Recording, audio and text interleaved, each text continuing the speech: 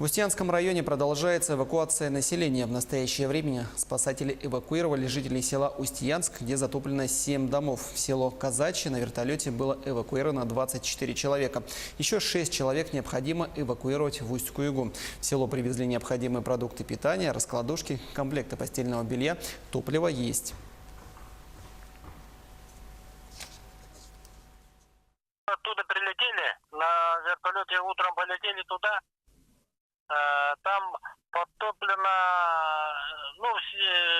вся территория на снега подтоплена, да, но подтоплено 7 жилых домов.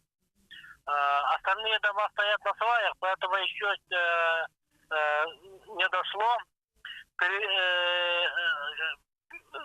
Уровень воды составляет 1105 сантиметров при критической 1023.